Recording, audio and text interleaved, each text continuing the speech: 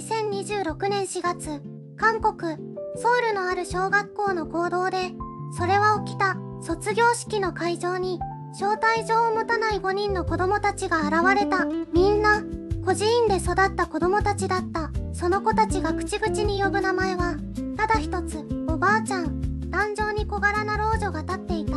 シワだらけの手、色あせた上着。長年、重いリヤカーを引いてきた背中は、少し曲がっていた。その瞬間、会場にいた全員が静まり返った。この老女が誰なのか、ほとんどの人が知らなかったからだ。彼女の名前は、パク・スンジャ、82歳。ソウル郊外の小さな路地で、47年間、廃品回収だけをして生きてきた女性だ。その日、初めて明かされた事実があった。彼女が生涯かけて貯め続けた1億2000万ウォン、日本円にして、およそ1300万円。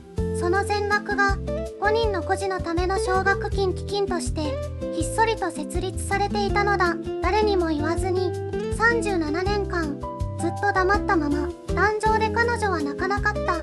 ただ、子供たち一人一人の頭を、その節くれだった手でそっと撫でた。その姿を見て、周りの大人たちが声を上げて泣いた。なぜ彼女は、極貧の中でそこまでできたのか。なぜ37年間、誰にも語らなかったのか。その答えは、彼女自身の過去の中に、深く眠っていた。次は、この女性の人生の始まりを、一緒に見ていこう。1979年、ソウルの外れにある、小さな村のことだった。キム・スンジャは、その年の春、17歳になった。家族はいなかった。正確に言えば、いたはずだが、彼女には覚えがなかった。物心ついた頃には、すでに一人だった。孤児院で育ち、15歳で外に出された。社会に放り出された。という方が正しいかもしれない。住む場所も、仕事も、頼れる人も、何もなかった。彼女が最初に拾ったのは、道端に落ちていた、潰れた段ボールだった。売れば、数円になる。それが始まりだった。毎朝、夜明け前に起きる。リヤカーを引いて、街を歩く。紙を拾い、缶を拾い、鉄を拾う。雨の日も、雪の日も、関係なかった。休む理由が、どこにもなかったから、人々は彼女を見ても、目をそらした。存在していないもの、として扱われることに、彼女はやがて慣れてしまった。それでも彼女は、毎日リヤカーを押し続けた。ただ、生きるためだけに。だが、ある日、彼女の心の中に、小さな種が落ちた。孤児院で共に育ち、先に外へ出た友人が、行方不明になったという知らせが届いたのだ。行き場のない子供が、また社会の隙間に消えていった。その夜、スンジャは古びた手帳を開き、震える手で一行だけ書いた。誰かが、受け止めなければならない。それが、すべての始まりだった。彼女がまだ、17歳の冬のことだった。次は、彼女と、ある、出会い、の話をしよう。その冬から、数年が過ぎた。スンジャは毎日、夜明け前に起き出した。リヤカーを引き、段ボールを拾い、鉄くずを集めた。雨の日も、雪の日も、休まなかった。体が痛くても、誰にも言わなかった。ある朝のことだった。いつもの路地を歩いていると、ゴミ捨て場のそばで、小さな人影が丸くなっているのが見えた。近づいてみると、7歳ほどの男の子だった。薄い上着1枚で、膝を抱えて震えていた。スンジャは立ち止まった。声をかけようとして、言葉が出なかった。その子の目が、かつての自分と、重なって見えたからだ。行く場所が、ない目だった。彼女はリヤカーを路肩に止め、その子の隣にしゃがんだ。何も言わずに、自分の古びたジャンパーを、そっと肩にかけてやった。男の子は、逃げなかった。しばらくして、小さな声で言った。おばあちゃん、と、スンジャはまだ、20代だった。それでも、その一言が、胸の奥に刺さった。その子の名前は、ミヌと言った。施設から逃げ出してきた子だと、後で分かった。怖くて、戻れなかったのだという。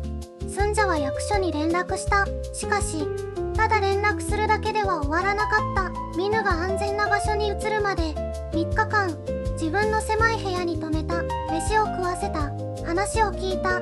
泣いても、怒鳴らなかった。ミヌが施設へ戻る朝、ス寸者の手帳にまた一行が増えた。一人でも救えた。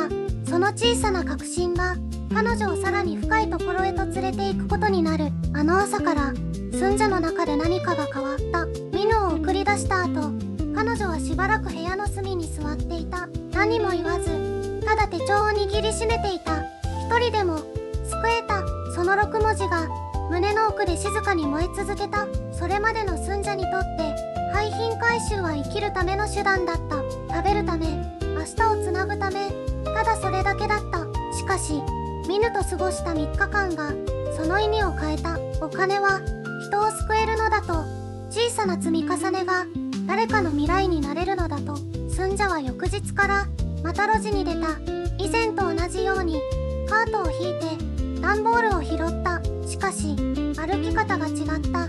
背筋が少しだけ伸びていた。彼女は決めた。自分のために貯めるのではない。いつかまた現れるかもしれない子供のために貯め続けると。年が変わり、また年が変わった。近所の人たちは彼女を憐れんだ。あのおばあさん、まだやっているの。そうささやく声も聞こえた。でも寸者は気にしなかった。知られなくていい。見てもらわなくていい。ただ積み上げていけばいい。手帳の最後のページには数字が並んでいた。1年分の記録、5年分の記録、10年分の記録。その数字は誰かの名前になるはずだった。寒い冬の夜も体が痛む朝も彼女は同じことを繰り返した。拾って売って通帳に入れた。それが彼女の祈りだった。声にならない長い長い祈りだった。そしてその祈りはやがて5人の子供たちの幸せという形で静かに実を結ぶことになる。その祈りは静かに実を結んでいた。おばあさんの生涯で最も幸せな時間があったとすれば、それは大きな出来事の中にはなかった。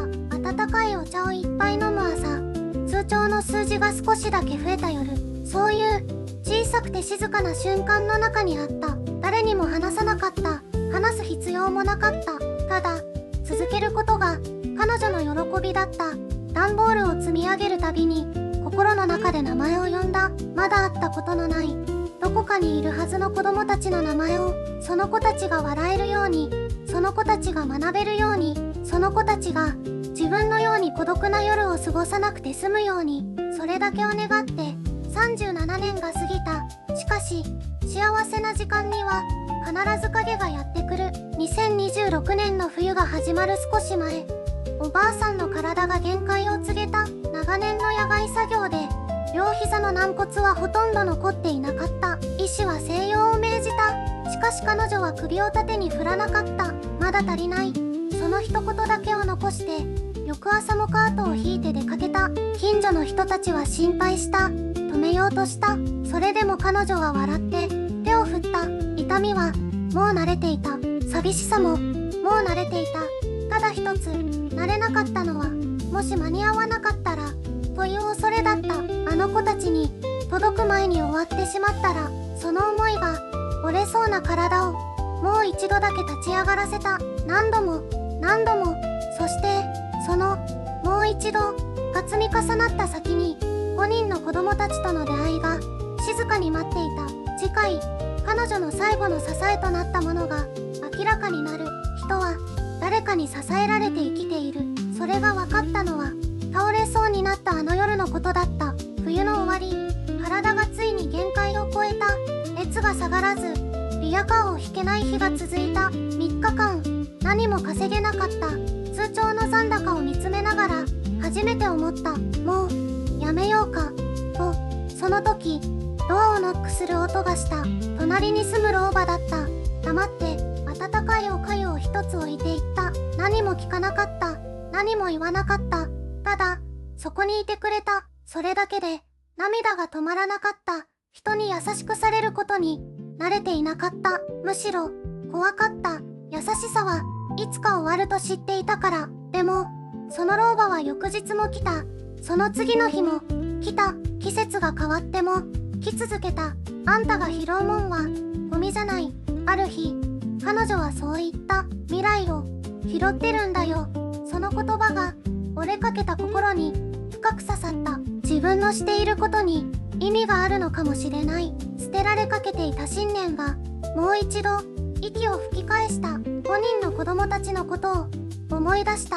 あの子たちも誰かにそう言って欲しかったはずだ。お前の存在はゴミじゃないと、お前の未来はまだここにあると。隣の老婆は2年後に静かに言った。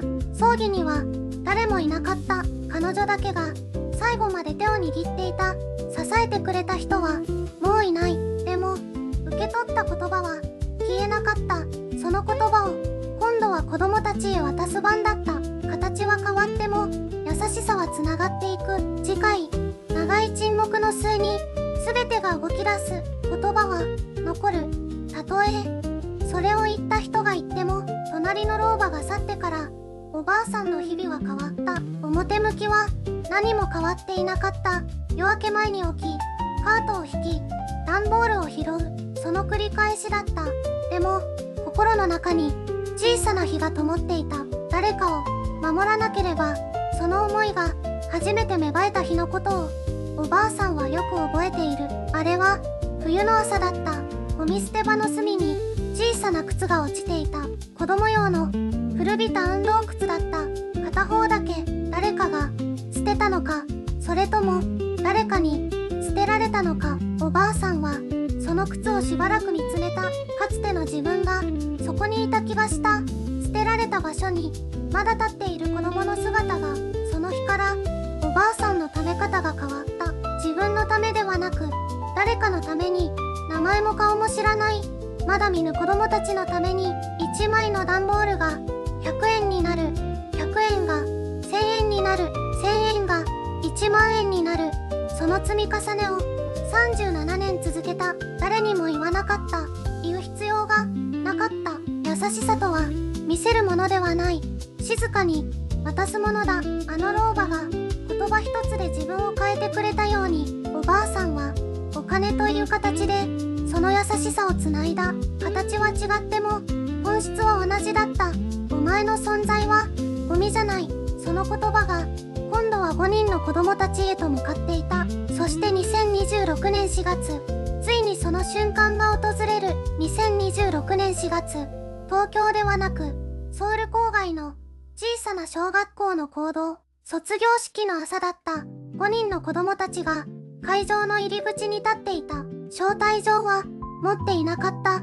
それでも迷わず歩いてきた。おばあちゃんに会いに来た。その言葉だけを胸に抱えて、壇上には一人の老婆が座っていた。白髪を小さくまとめ、古びた紺色のチョゴリを着て、手は節くれ立ち、背中はわずかに曲がっていた。47年分の歳月が刻まれた体だった。子供たちが近づいてくるのを見て、老婆は立ち上がった。ゆっくりと。けれど、確かに誰かが息を飲んだ。会場全体が静まり返った。5人の子供たちは老婆の前で止まった。一人が口を開いた。あなたが私たちに卒業式を見せてくれた人ですか。老婆は何も言わなかった。ただ静かにうなずいた。その瞬間、5人が一斉に老婆へと駆け寄った。泣き声が講堂に広がった。子供たちの泣き声ではなかった。老婆の泣き声だった。37年間一度も泣かなかった女性がその日初めて声を上げて泣いた。集めた1億2000万ウォン。それはただのお金ではなかった。一枚一枚拾い続けた段ボールの重さだった。雨の日も雪の日も誰にも言わず続けた日々の重さだった。誰かが自分のように捨てられてはいけない。その一言が47年という時間を動かした。老婆はずっと待っていたのだ。この瞬間を子供たちに抱きしめてもらえる。この一瞬を。優しさは必ず戻ってくる。形を変えて時間をかけて。でも必ず老婆の涙が床に落ちた。その音は聞こえなかった。それでも確かにそこにあった。そして会場にいた全員が気づいた。本当の豊かさとは何かを。あの日から世界が変わった。いや、正確には世界はずっと同じだった。変わったのは人々の目だった。老婆のことを誰も知らなかった。ただの段ボールを拾う老人だと思っていた。でも今は違う。街を歩けば頭を下げる人がいる。野菜を持ってくる人がいる。手を握りしめて泣く人がいる。老婆はその度に困ったように笑う。大したことじゃないよと言いながら、でもそれは大したことだった。誰にも言わず47年間たった一人で守り続けた約束、その重さを今皆が知った。5人の子供たちも変わった。一番上の子は今年高校に進学した。将来は福祉の仕事がしたいと言った。おばあちゃんみたいな人を助けたいと、その言葉を聞いた老婆はしばらく黙っていた。そして静かに言った。あなたが助けてくれたのよ、私を。と、老婆の暮らしは今も質素だ。小さな部屋、古い布団、錆びた自転車、何も変わっていない。でも一つだけ変わったものがある。食卓に笑い声が増えた。子供たちが週末になると訪ねてくる。誰かが作ったおかずを持って、誰かが描いた絵を持って、その絵にはいつも同じ言葉が書いてある。ありがとう、おばあちゃん。と、老婆はその絵を壁に貼る。一枚、また一枚。小さな部屋の壁は今や色とりどりだ。47年間灰色だった部屋が子供たちの色で満たされていく。優しさは形を変えて戻ってくる。老婆はそれをもう知っている。だから今日も穏やかに笑う。何も惜しくないという顔で、あなたは今日一人のおばあさんの話を聞いた。47年間段ボールを拾い続けた女性の話を、誰にも言わず誰にも頼らずただ歩き続けた人の話を。彼女は贅沢を望まなかった。ただ一つだけ願っていた。自分のように捨てられる子供が出ないようにと。その願いは1億2000万円という数字になった。そして5人の子供たちの未来になった。私たちはよく思う。お金がなければ何もできないと。力がなければ誰かを助けられないと。でもこのおばあさんは違った。持っていないからこそ誰かの痛みが分かった。その痛みが37年の沈黙を支えた。優しさに値段はない。静かな決意に資格はいらない。今日あなたの胸に何かが残ったならそれで十分だ。おばあさんは今日も壁の絵を見て笑っている。あなたの優しさもきっと誰かの壁を彩る日が来る。